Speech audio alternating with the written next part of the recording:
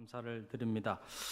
이 탈무드에 보면 이런 말이 있어요. 세상에서 가장 사랑받는 사람은 모든 사람을 칭찬하는 사람이래요. 또 세상에서 가장 행복한 사람은 감사하는 사람이랍니다. 할렐루야. 저는 말하기는 여러분 모두가 모든 사람들에게 사랑받는 사람들이 되시길 바랍니다. 그러기 위해서는 여러분 모든 사람을 칭찬하는 입술이 되길 바랍니다. 또 말하기는 여러분들이 세상에서 누구보다도 가장 행복한 인생을 사시길 바랍니다. 그러기 위해서 여러분들은 언제나 감사하며 사시길 바랍니다. 그럴 때 행복이 우리 가운데 깃들게 되는 겁니다. 우리 말씀 나누기 전에 옆에 있는 성도들 바라보면서 마음을 담아서 그런 의미에서 칭찬의 말, 감사의 말 서로 고백하며 잠시 나눕니다. 서로를 칭찬합니다. 또 감사합니다. 훌륭하십니다. 우리 옆 사람 바라보면서 한번 칭찬의 말, 감사의 말 한번 해보세요.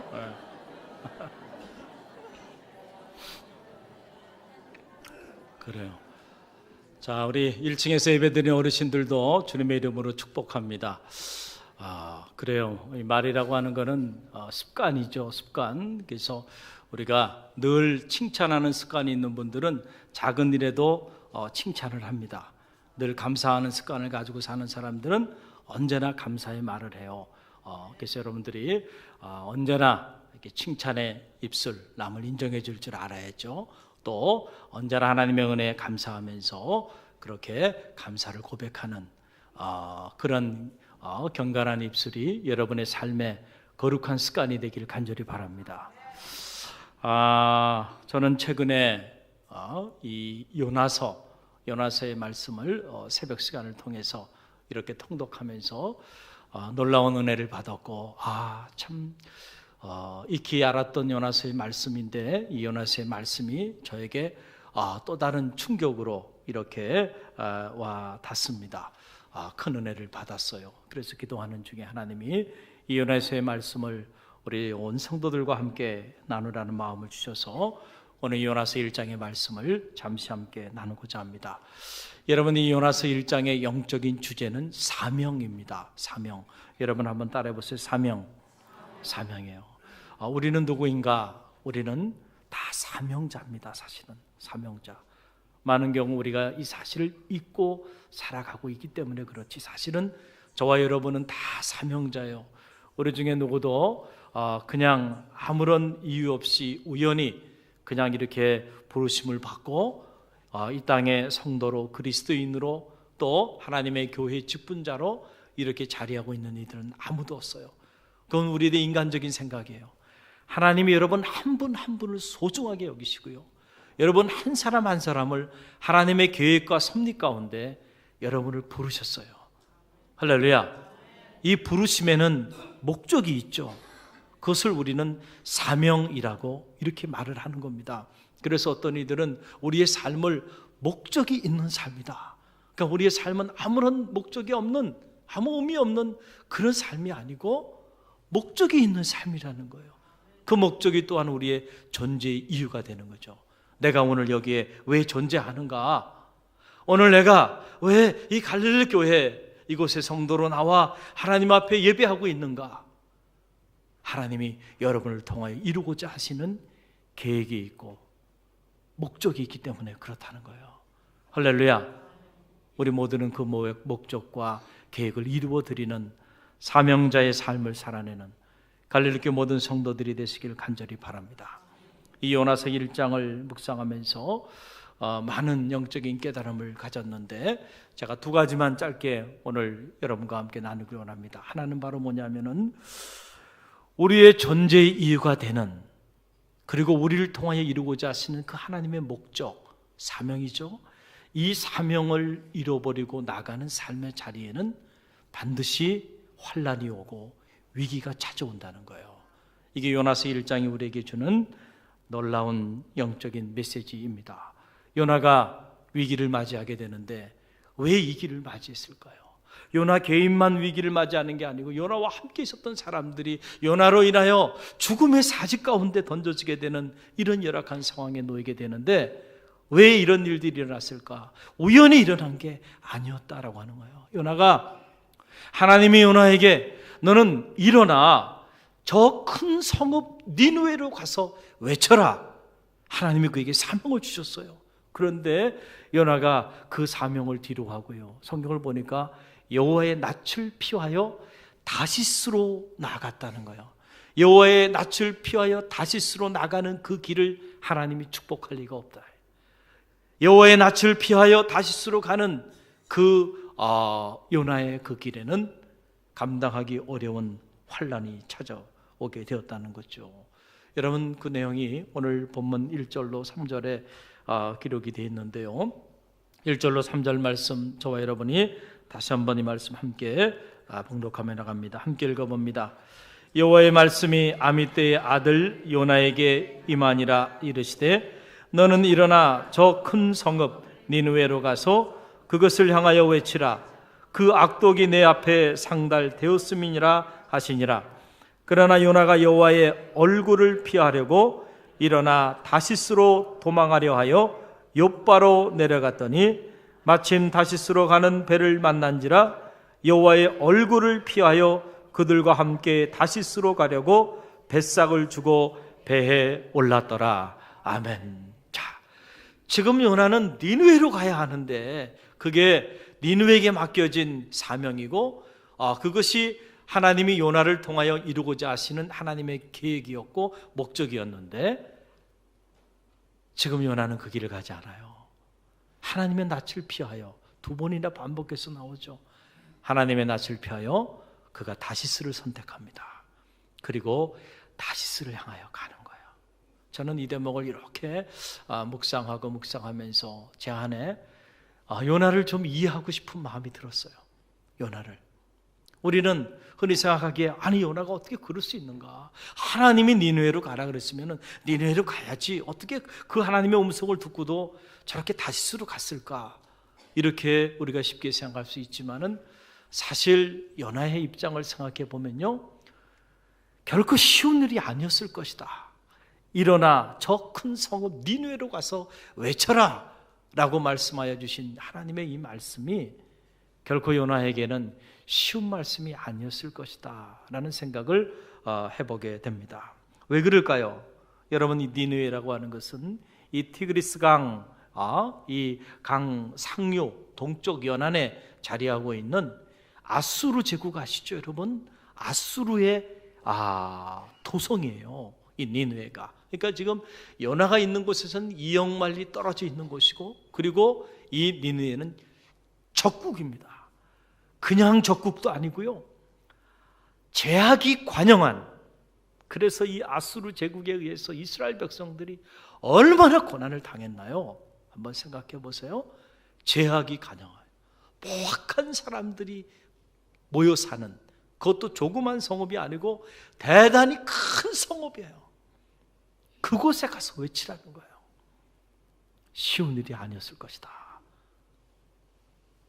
이 니느웨 성이 얼마나 당시 컸냐면, 학자들에 의하면 당시 니느웨 성읍에만 60만이 거주했다는 거예요. 여러분 놀라지 않죠?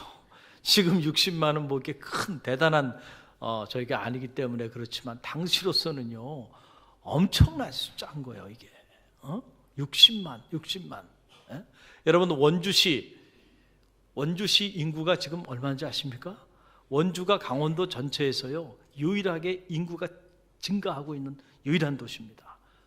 기업도시, 혁신도시, 원주시 도시가 다 지도가 바뀌어버렸어요. 가보면요 서울 웬만한 도시보다는 훨씬 잘 돼 있습니다. 계획도시로 대단히 도시가 아주 아름답게 조성이 되고 있는데요, 원주시가 지금 한 30만 정도 되는 거예요. 지금의 원주시가. 그러니까 이 원주시 인구의 2배 정도가 당시에 니느웨라고 하는 이 도성에 살았다고 하니까 이 니느웨라는 성읍이 얼마나 거대한 성읍이었는가를 우리가 상상해 볼 수가 있다라고 하는 사실입니다. 그래서 이 요나서 4장 11절 말씀에 보게 되면 좌우를 분별하지 못하는 사람들만 무려 12만 명이 거기에 있었다는 거예요. 그런 걸 보면 학자들의 이런 추측이 잘못된 추측은 아님을 우리는 알게 되죠. 그런데다가 여러분 보세요. 이방 민족이에요. 적국이에요. 그리고 죄악이 간영한 곳이에요. 악한 사람들이 다 모여 있는 곳이에요. 그런데다가 거대한 성읍이에요. 걷다가 요나로 하여금 가서 외치라 하고 하는 그 메시지, 하나님이 어떤 메시지를 주고 요나 보고 가서 외치라 그랬는가? 이 1장에는 기록이 되어 있지 않아요. 그러나 요나서 전체를 읽어보면 하나님이 요나에게 일어나 니느웨로 가서 외치라고 하신 말씀이 무엇인가를 알 수 있어요. 요나서 3장에 보게 되면 이제 요나가 회개하고 니느웨로 가서 하나님이 주신 말씀을 외칩니다. 그 외치는 내용이 나오는데 그 내용을 보니까 다른 것을 외치는 것이 아니에요. 무수한 심판의 메시지를 외치라는 거예요. 너희가 지금처럼 이렇게 살아가면은 앞으로 40일이 지나게 되면 반드시 이 니느웨 성이 다 멸망당하고 말 것이다. 저주를 퍼부르는 거예요. 심판의 메시지를 그들에게 가서 외치라는 거예요. 여러분, 이게 요나에게 쉬웠겠어요? 우리가 오늘날 지역에 복음 들고 나가서 복음을 전하는 거하고는 비교가 되지 않는 일이에요. 마치 이것은요, 기름을 그냥 온몸에 붓고 불구덩이 속으로 그냥 뛰어드는 것과 마찬가지예요. 우리가 예언서를 읽어보면요, 하나님의 예언의 말씀을 선포할 때 안타깝게도 보면 대다수의 사람들은 돌을 던졌습니다. 돌에 맞아 죽고요, 핍박당하고요, 고난당하고요, 죽임을 당하며 순교의 길을 간 거예요. 왜냐하면 그 시대 사람들이 악했기 때문에. 악한 세대의 하나님의 메시지는 언제나 환영받지 못합니다. 할렐루야. 그런데 그 죄악이 관영한 그 도시에 가서 말이죠, 좀 부드럽게 그 니느웨 사람들의 좀 비유에 맞게, 그들의 코드에 맞게 이렇게 돌려서 어떻게 무슨 비유를 통해서 이런 식으로 이렇게 좀 말씀을 전하라 그랬다면 그래도 낫을 거예요. 그게 아니에요. 그냥 선포하라는 거예요. 40일이 지나면 이 도성이 멸망할 것이다. 외치고 다니라는 거예요. 할렐루야. 여러분, 이게 쉬웠겠느냐라고 하는 거예요. 요나 입장에서는요, 결코 쉽지 않았을 거예요. 또 한편으로 생각해 보면, 요나서를 이렇게 읽어보면 이게 충분히 추측이 가능한데요, 요나의 마음속에는요, 니느웨 사람에 대한 사랑하는 마음이 없었습니다. 그냥 사랑하는 마음이 없는 정도가 아니고요, 니느웨 사람들에 대한 증오심이 있었어요. 니느웨 사람들에 대한 참 불편한 마음을 요나가 가지고 있었어요. 안 그렇겠어요? 이 아수르라고 하는 이 적대국에 의하여 고난을 당하고, 아수르라고 하는 이 나라가 이렇게 죄악이 관영한 이런 나라인데 밉지 않았겠는가? 여러분 한번 생각을 해보세요. 사람도요, 정말 못된 짓만 계속 그렇게 하고 맨날 악한 일만 도모하고요, 그런 사람들, 또 그런 나라들은요, 어떤 경우에 우리의 마음속에 어떤 마음이 들어요? 정말 하나님 살아계시면 그냥 저런 것들을 가만히 두시나? 하나님이 한번 좀 재앙을 내리셔서 한번, 이런 생각을 우리가 가질 수도 있잖아요. 갈릴리 교회 성도님들은 절대 그런 마음을 갖지 않으시는 분들이에요. 갖지 마시기를 바랍니다. 할렐루야. 아주 오래전에 일본이 여러 가지 재난을 당했다고 하니까 딱 민족들의 반응이 딱 둘로 갈라지더라고요. 한쪽에는 그래, 그렇게 못된 짓만 하더니 잘 됐다, 이런 쪽이고, 또 한쪽은 그럼에도 불구하고 우리가 우리의 가장 가까운 이웃인데 도와야지. 할렐루야. 다 한마음 같지 않더라고요. 요나도요, 니느웨만큼은 가서 복음 전하고 싶지 않았어요. 그 사람들은 그냥 하나님 저렇게 살다가 인생 끝나게 해주세요, 그런 불편한 마음이 요나에게는 있었던 것 같아요. 그래서 어떻게 알 수 있냐면은, 여러분 보세요. 요나서 4장을 보게 되면 요나가 회개하고 나가서 이제 그 니느웨 성에 돌아다니면서 하나님의 심판의 메시지를 외칩니다. 그런데 어떻게 된 일인지 그 소리를 듣는 순간 왕부터 시작해가지고 저 짐승에 이르기까지요, 베옷을 입고 통회하며 자복하며 하나님께로 돌아오는 놀라운 역사가 나타나는 거예요. 할렐루야. 자, 그러면은 요나 입장에서는 감사해야죠. 복음의 역사가 나타나니까. 그런데 요나는 너무너무 속이 상했어요. 그래서 요나서 4장 1절 시작이 어떻게 되냐면 요나가 너무 화가 나고 분이 막 넘쳐오는 거예요. 그러면서 하나님 앞에 하나님을 조소합니다. 당신이 그렇게 자비로운 사람이십니까? 어떻게 저런 사람들에게 재앙을 내리지 아니하시고, 참 당신은 자비로우신 분이군요. 저런 사람들도 용서하세요. 그러면서요, 불평과 원망을 토로하고요, 너무 속이 상하니까는 하나님이 니느웨 이 악한 사람들을 용서하는 모습을 보고요, 요나가 너무 속이 상해가지고 내가 차라리 사느니 죽는 게 낫겠다고 말이죠. 심지어 그렇게까지 말을 하면서 요나가 하나님 앞에 나가는 모습을 봐요. 자, 이 대목을 보면 요나가 왜 니느웨로 가지 않았는지 알 수 있겠죠.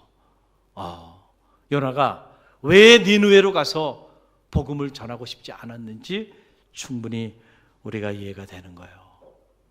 그런데요, 중요한 것은 어찌됐든지 간에 중요한 건 이런저런 이유 때문이었던 간에 중요한 것은 요나가 하나님이 니느웨로 가서 복음을 외치라라고 하신 그 말씀을 그가 따르지 아니하고 다시스로 갔다는 거죠. 그러니까 다시스로 가는 그 길이 하나님이 결코 그 길을 축복해 줄 리가 없잖아요. 사명을 뒤로하고 가는 그 길을 하나님이 축복해 줄 리가 없는 거예요. 그래서 어려움을 당하고 낭패를 당하게 되는 내용이 오늘 요나서 1장에 나와요. 그 내용이 4절에 나옵니다. 저와 여러분이 4절 말씀 다시 한번 함께 읽어봅니다. 여호와께서 큰 바람을 바다 위에 내리심에 바다 가운데 큰 폭풍이 일어나 배가 거의 깨지게 된지라. 아멘. 자, 요나 때문에 지금 요나뿐만 아니고 요나와 함께하는 배에 탄 모든 사람들이 지금 죽음의 사지에 던져진 거예요. 큰 풍랑 때문에 배가 깨지기 일보 직전, 파손되기 일보 직전인 이런 상황이 되었다는 거예요. 우리는 많은 경우 복된 삶을 살기를 원해요. 저는 바라기 여러분이 정말 복된 삶을 살기를 주님의 이름으로 간절히 축원드립니다. 할렐루야. 우리가 정말로 복된 삶을 살기 위해서는요, 사명의 길을 걸어가야 돼. 우리에게 맡겨진 그 사명을 우리가 감당하는, 다시스가 아니고 니느웨로 갈 때 하나님이 축복의 문을 여시는 거라니까요. 여러분, 이 사실을 잘 기억하시기를 바랍니다. 저는 이 말씀을 묵상하면서 제 자신을 돌아볼 수 있는 기회가 됐어요. 제가 유학생활 초에는 너무 힘들었습니다. 아는 사람도 아무도 없고, 그리고 생활은 너무 어렵고, 그래서 이 언제 끝날지 모르는 이 철학, 신학, 이 종교학을 공부하는데 언제 끝날지 모르는 학문이에요. 아이는 있는데 끼니를 걱정해야 되는 이런 위기 가운데 남의 나라에서 어떻게 보면 정말 거지처럼 살아가는 거예요. 하루하루 그렇게 살아가는데요, 한 번은 참 갈등이 생기더라고요. 당시에 한 2, 3년 정도면 이민법 국제 변호사 자격증을 딸 수가 있었어요. 그렇게 어렵지 않더라고요. 그 유혹이 오더라고요. 야, 이 철학, 신학, 종교 이거 공부하는 것보다는 훨씬 한 2, 3년이면은 웬만한 사람이면 다 이렇게 이민법 국제 변호사가 될 수 있는 이런 자격이 돼요. 해마다 수백 명씩 그런 변호사들이 나와요. 그래서 유혹이 오더라고요. 내가 너무 생활이 어려운데 그냥 다 내려놓고 그냥 변호사가 돼서 이렇게 먹고 사는 문제를 좀 해결하고, 그리고 혹시 나중에도 내가 주의 일을 할 수 있지 않을까, 이런 유혹이요 찾아오더라고요. 너무 생활이 어려우니까. 그런데 기도하는 중에 제 마음에, 하나님께서 주의 종의 가정을 굶어 죽이게 하시겠는가. 그래도 하나님이 나를 특별히 부르셔서 내가 하나님의 부르심 앞에 서운하고 주의 길을 지금까지 걸어왔는데 여기서 내가 내려놓는다고 하는 게 이게 말이 되는가? 죽으면 죽으리라고 하는 그런 마음을 가지고요. 거의 나이 40이 될 때까지 아이 둘 낳고요. 끼니를 걱정하면서 그렇게 사는 거예요. 한번 생각해 보세요. 결코 쉬운 일이 아니에요. 그래서 제가 요즘 참 저희 집사람에게 참 감사하는 마음으로 죄인처럼 사는 것 중에 하나가 바로 그거예요. 제가 생각해 보니까 그때 사실 도망갔어도요 얼마든지 갈 수 있지 않았겠어요?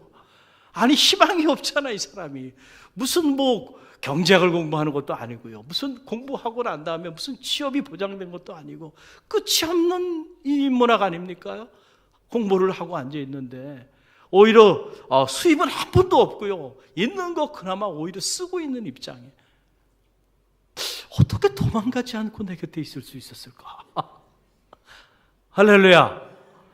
그런데 묵묵히 자리를 지켜줬어요. 너무너무 고마운 거예요.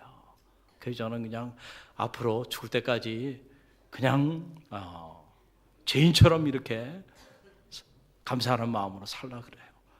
할렐루야. 크게 잘못된 거 아니죠? 그런데 하나님께서 굶어 죽이지 않으시더라고요.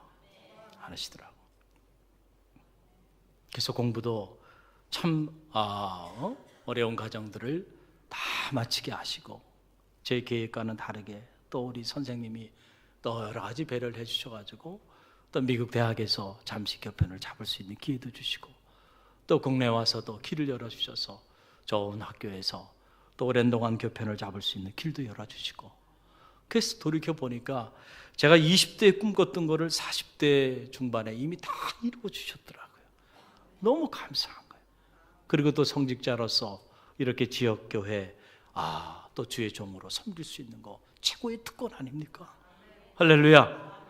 또 이렇게 아름다운 귀한 교회를 섬길 수 있는 기회를 주시니 얼마나 감사해요. 생각해 보니까 참 제가 너무 과분한 사랑을 받고 너무 과분한 대접을 받고 있어요 요즘. 그래서 하나님 앞에 죄송하기도 하고 또 감사하기도 하고 제 마음이 이런 모습 저런 모습으로 교체가 됩니다. 지난 주간에는 여러분들이 이 어르신들, 지역의 어르신들을 너무 잘 섬겨주셔가지고요, 일주일 내내 제가 인사를 받고 있어요. 제가 없는 동안에도 이렇게 음료수도 사고 와가지고 감사 인사를 하고 가는 이런 분들도 계시고요. 너무너무 감사하잖아요. 할렐루야. 어떻게 보면 제가 받을 인사가 아니, 여러분이 다 받을 인사예요. 그래서 제가 말씀을 드립니다. 교회 가야 이렇게 칭찬을 받고 주의 종이 칭찬을 받는 것은 주님이 칭찬 받는 일이죠. 할렐루야. 그러니 얼마나 감사해요.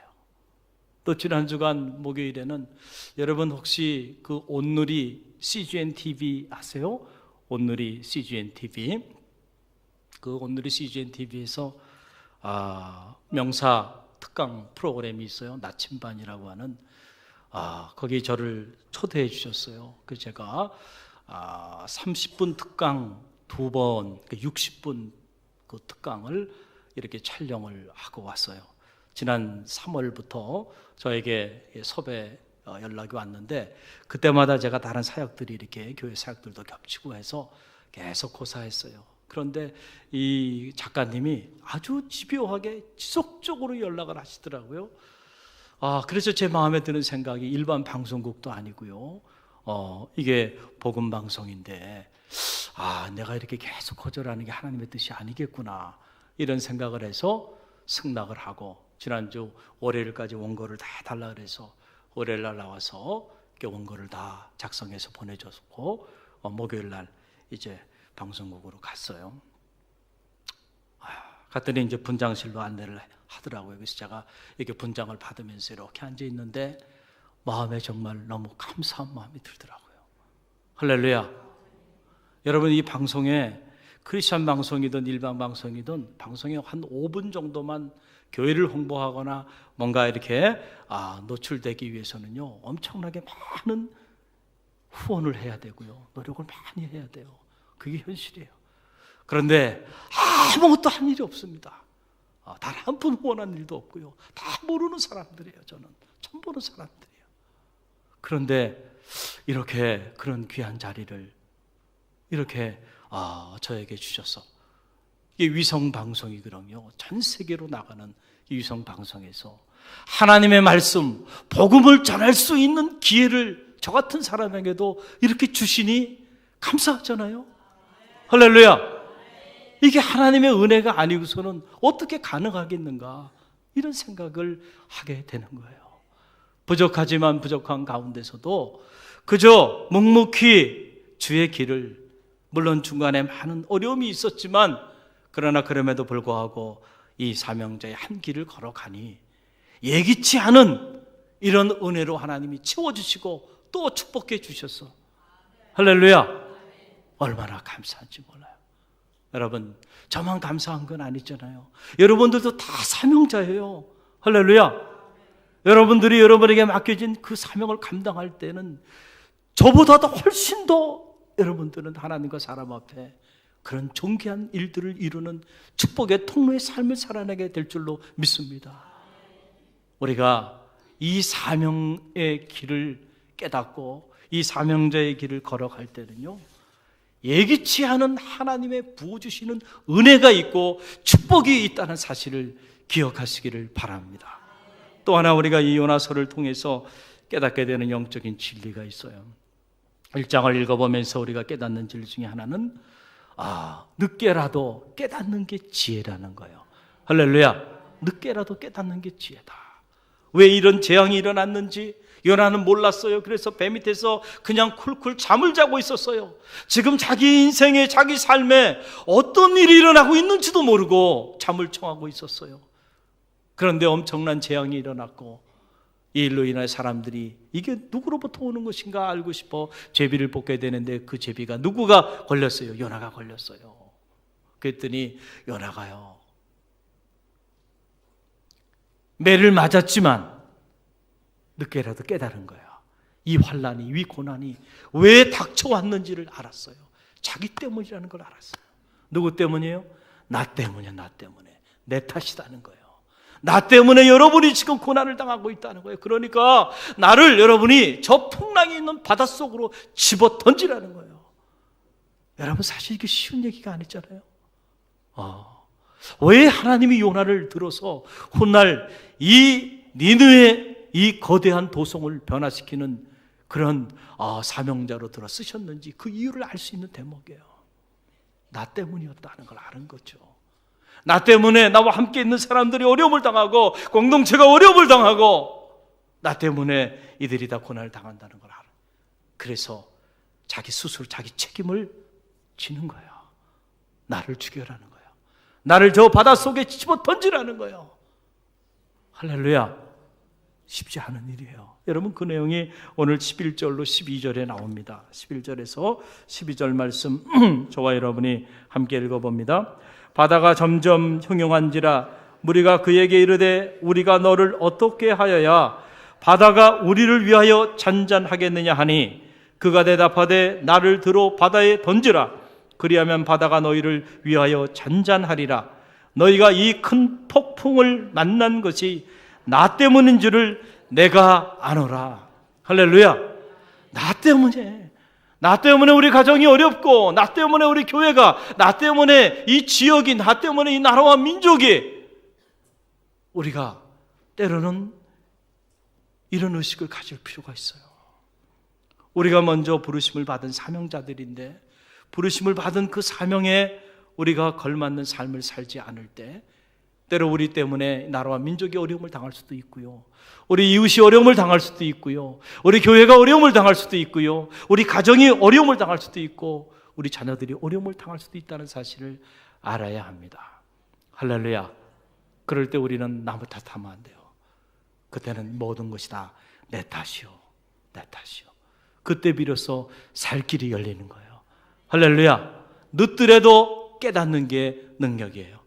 깨닫는 게 지혜예요. 어떤 이들은 매를 맞고도 뉘우치지 못하고 깨닫지 못하고 돌아오지 못하는 이들도 있는데, 저는 말하기는 혹시라도 여러분 이 아침에 여러분에게 맡겨진 사명이 있는데 니느웨로 걸어가야 하는 그 사명이 있는데 니느웨로 가지 않고 다시스로 향해서 가고 있는 분들이 있더라고 한다면 오늘 이 아침 여러분의 인생의 방향이 니느웨로 향하는 축복이 있기를 주님의 이름으로 간절히 축원드립니다. 저는 갈릴리 교회를 섬기면서 제 안에 한 가지 가장 큰 거룩한 두려움 중에 하나는 바로 이거예요. 혹시라도 우리 교회가 사명을 잃어버린 교회가 되면 어떻게 할까라고 하는 두려움이 늘 제 안에 있습니다. 우리가 이렇게 행복한 교회, 아름다운 교제 속에서 이렇게 우리가 신앙생활을 잘 하고 있는 것도 참 귀한 일이에요. 그러나 여러분, 사명을 잃어버리면 안 돼. 할렐루야. 우리가 모여서 왜 친교하나요? 우리가 모여서 왜 예배드리나요? 우리가 모여서 왜 기도하나요? 우리가 모여서 왜 하나님 앞에 나아가고 있나요? 여러분, 흩어지기 위함임을 잊지 마시길 바랍니다. 할렐루야. 만약에 우리가 모이기 위하여 모인다고 한다면 교회는 더 이상의 사명 공동체가 아닌 거죠. 그것은 친교 공동체가 많아, 친목 공동체가 많아, 동아리가 되고 많은 거예요. 우리에게 맡겨진 사명이 있어요. 그 사명을 전하기 위하여 교회는 모이는 교회뿐만 아니고 흩어지는 교회인 거예요. 여러분의 가정으로 흩어져야 합니다. 그리고 여러분의 일터로 흩어지고 이웃으로 흩어져서 여러분에게 맡겨진 복음의 사명이 있어요. 그 사명을 여러분들이 감당하게 하기 위해서 모여서 훈련도 받고요, 기도도 하고요, 예배도 드리고, 그리고 하나님 앞에 나와 아름다운 친교와 교제도 하는 거예요. 우리가 이 사명을 잃어버리면 안 된다는 거예요. 할렐루야. 그래서 우리 교회는 이 사명을 늘 감당하기 위하여 이 지역을 품고 나가는 거예요. 할렐루야. 그러나 여기에만 안주하면 안 되고요, 이 나라와 민족을 품어야 합니다. 더 나가서 5대도 6대양 세계 열방을 품어야 돼요. 우리가 매 예배마다, 마지막 예배 때마다 가서 제자 삼으라 찬양하면서 서로 축복하면서 열방이 당신을 통하여 돌아오리라고 하는 축복송을 부르고 모든 예배마다 여러분을 세상으로 파송하잖아요. 할렐루야. 우리가 이 사실을 잘 알아야 한다는 거예요. 우리 교회 안에는 많은 조직들이 있죠. 특별히 성교회 맡겨진 사명이 있어요. 성교회의 최고의 사명은 바로 뭐예요? 선교하는 일입니다. 할렐루야. 친목을 위하여 모이는 것이 아니에요. 선교를 위하여 모이는 거야. 모일 때마다 우리가 어떻게 선교할까? 이거는 자발적으로 여러분들이 그래서 우리 갈릴리 교회에 있는 모든 영적인 기관들이 이 맡겨진 사명을 위하여 기도하고 사명을 위하여 동분서주하면서 이 사명을 이루어 나가는 그런 니느웨로 나아가는 그런 기간들이 되기를 제 마음에는 늘 열망하고 있어요. 우리가 그것을 향해서 지금 나아가고 있어요. 그러나 여기서 멈춰지면 안 되고 안주하면 안 되고 계속해서 우리에게 맡겨진 사명을 위하여 우리의 시간과 물질과 에너지를 아낌없이 사용하면서 다시스로 가지 않고 니느웨로 갈 때 후회하지 않는 인생을 사는 거예요. 어떻게 보면 니느웨로 가는 길은 힘든 길이죠. 좁은 길이에요. 그러나 그 길이 살 길이고 생명의 길이고 구원의 길이에요. 다시스는 쉬운 길이죠. 어떻게 보면 넓은 길이에요. 그러나 결국 그 길이 재앙의 길이고요, 남는 거 후회밖에 없는 멸망의 길이 되고 만다는 사실을 기억하십시오. 한 해가 벌써 저물어 가고 결실의 계절을 맞이했어요. 하루 24시간 1년 365일을 살면서 우리는 과연 얼마나 니느웨로 나아갔는가? 우리 자신을 한번 돌아보고 혹시라도 아직도 여러분들이 그 사명을 잃어버리고 다시스로 가고 있다고 한다면 이 아침 여러분들이 니느웨로 여러분의 인생의 방향이 전환되어지는 축복의 아침이 되기를 주님의 이름으로 간절히 축원드립니다.